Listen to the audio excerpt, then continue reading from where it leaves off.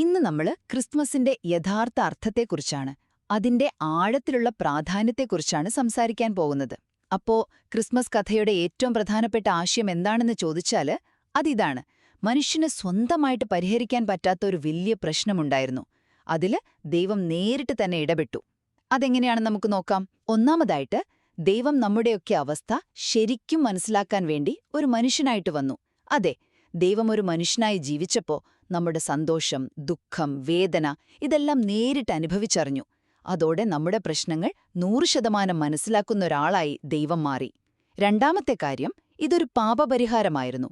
പഴയ നിയമത്തിലെ വിശ്വാസമനുസരിച്ച് പാപത്തിന് പരിഹാരം വേണമെങ്കിൽ ഒരു കുറ്റവും കുറവുമില്ലാത്തൊരു ബലി വേണമായിരുന്നു.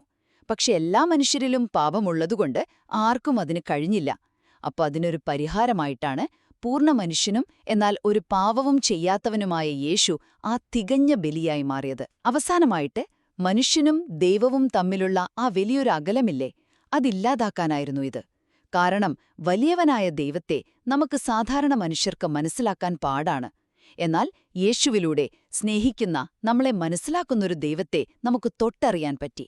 ശരിക്കും പറഞ്ഞാൽ, ഒരു മനുഷ്യരൂപത്തിൽ വന്ന ദൈവം നമ്മളിലേക്കുള്ളൊരു പാലം പോലെയായി.